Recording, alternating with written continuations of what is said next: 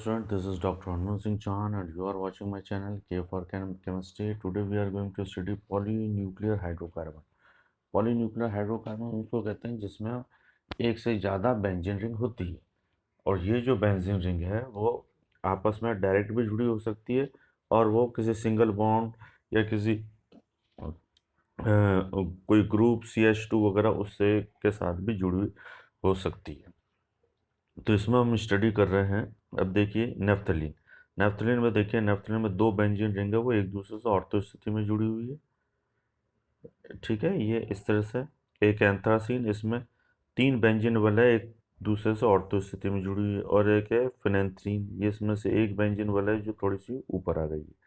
अब देखिए हम स्टडी कर रहे हैं नेफ्थलीन। नेफ्थलीन के अंदर जैसा बताया कि दो बेंजीन वाले हैं एक दूसरे से ऑर्थो स्थिति में, मतलब 1 और 2 पोजीशन पर जुड़ी हुई हैं। अब इनकी जो प्रिपरेशन है उनको आप देखेंगे तो आपको पता चलेगा कि ये जो बनती है किस तरह से बन रही है। From coal tar and from petroleum. Coal tar से भी प्राप्त की जा सकती है, पेट्रोलियम से भी प्राप्त की जा सकती है। इसके अलावा इसकी जो सिंथेसिस है उसकी केमिकल मेथड को देखिए आप। केमिकल मेथड में क्या है कि एक हमने लिया 4 फिनाइल ब्यूट 1 ईन। तो इसमें देखिए ये बना कैसे है, ब्यूटेन है, उसके 4th पोजीशन पर हमने फिनाइल ग्रुप लगा दिया, बेंजीन वले लगा दी और 1 पोजीशन पर डबल बॉन्ड लगा दिया, तो ये 1 ईन हो गया। इसको हम रेड हॉट सी ए ओ के ऊपर से जब पास किया तो एक नई रिंग बन गई और नई रिंग बनने से ये बन गया है नेफ्थलीन।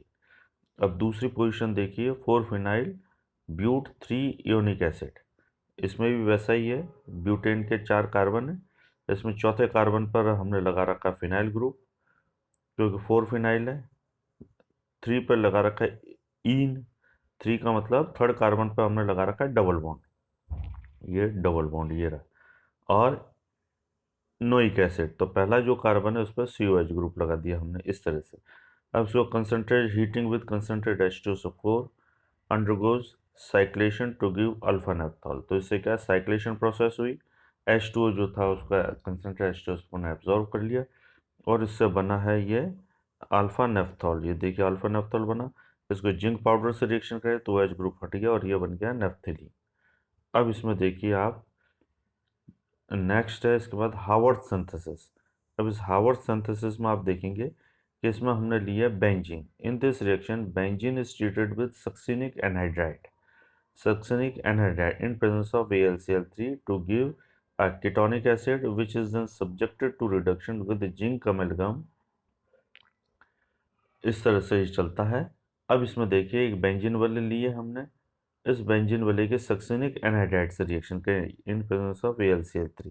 तो ये बॉन्ड टूटा कहाँ से, इसको देखो, ये बॉन्ड जो है वो टूट रहा है, ये यहाँ से टूट रहा है, ये बॉन्ड टूट के और ये यहाँ पर जुड़ गया इस तरह से, ये यहाँ जुड़ा है।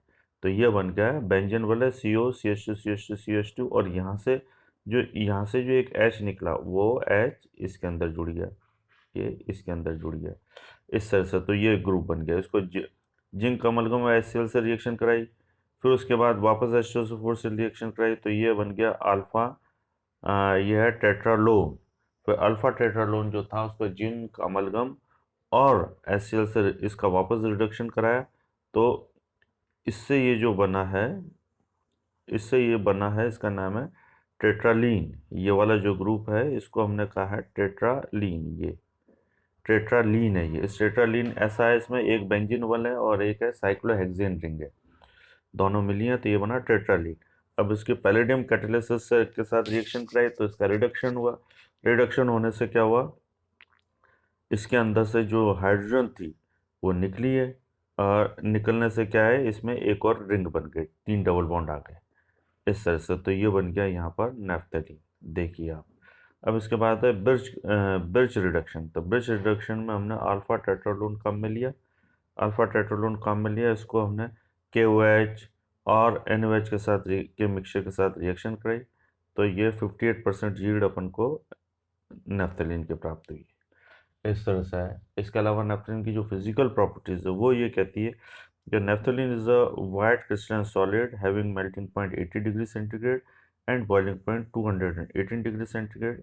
सब्लाइम्स ऑन हीटिंग, मतलब इसको अगर सॉलिड है इसको गर्म करेंगे तो डायरेक्ट ये गैस में कन्वर्ट हो जाएगा, वेपर में कन्वर्ट हो जाएगा। लिक्विड स्टेट में नहीं आएगा। It is insoluble in water because it has high molecular weight, it has two benzene ring, that's why it is insoluble in water but soluble in organic solvent like alcohol and ether benzene। चलिए अब इसको दूसरा वाला जो portion है उसको study करते हैं हम। इसका जो रिडक्शन पार्ट है उसको हम स्टडी कर रहे हैं। तो देखिए रिडक्शन इसके कई तरीके से हो रहे हैं। Reduction presence of sodium and ethyl alcohol at 78 degree centigrade. तो हमको एक तो 1,4 पोजीशन प्राप्त होगी और एक 1,2 पोजीशन प्राप्त होगी। 1,4 डाईहाइड्रो नेफ्थलीन और 1,2 डाईहाइड्रो नेफ्थलीन दो प्राप्त होंगे हमको। ठीक है, अब इसको एक दूसरा मेथड है इसका reduction with sodium and isoamyl alcohol. Sodium and isoamyl alcohol इसकी बात कर रहे हैं हम। ये तो इससे बना ये टेट्रालीन। ये टेट्रालीन बना जिसको पहले भी बताया था। टेट्रालीन में एक बेंजीनोल है और एक साइक्लोहेक्सेन रिंग जुड़ी हुई है ऑर्थो स्थिति में। इसके अलावा एक और है कैटालिटिक हाइड्रोजनेशन ऑफ नेफ्थलीन है, प्रोड्यूस टेट्रालीन। ये टेट्रालीन बनता है, फिर उससे फिर डेकालीन बनता है। तो देखो नेफ्थलीन है, इसका हमने निकल कैटालिसिस के प्रेजेंस में इसका हमने हाइड्रोजनेशन कराया है, कैटालिटिक हाइड्रोजनेशन कराया। हाइड्रोजनेशन कराने से क्या हुआ, पहली रिंग था उसके सारे जो डबल बॉन्ड है वो हट गए, सिंगल बॉन्ड लगे, तो बन गया टेट्रालीन। फिर वापस 200 डिग्री सेंटीग्रेड पर कराया तो फिर दूसरी वाली जो रिंग थी उसके भी सारे डबल बॉन्ड हट गए, उसके स्थान पर हाइड्रोजन लग गया, तो ये बन गया डेकालीन। अब इसके बाद हमने इसका रिएक्शन कराई है हेलोजन के साथ, ये वाला एडिशन विद हेलोजन। तो हेलोजन Cl2 के साथ रिएक्शन कराई हमने। तो पहले तो ये बना है डाइक्लोरो और उसके बाद बना है टेट्राक्लोरो। तो ये तो डाइक्लोरो, ये वाला डाइक्लोरो है और दूसरा बना है टेट्राक्लोरो। इन दोनों को when these products are subjected to oxidation, जब इन दोनों प्रोडक्ट का हमने ऑक्सीडेशन कराया तो ये बन गया थैलिक एसिड। तो ये बना है थैलिक एसिड। तो स्टूडेंट्स आज के टॉपिक में बस इतना ही। थैंक यू वेरी मच, इजाज़त दीजिए मुझे। और कोई प्रॉब्लम हो तो आप कमेंट बॉक्स में जाके कमेंट कर सकते हैं। और हाँ, आप ज़्यादा से ज़्यादा इस चैनल को सब्सक्राइब कीजिए, जिससे ज़्यादा से ज़्यादा आपको नए नए वीडियोज़ देखने को मिलेंगे। Thank you very much.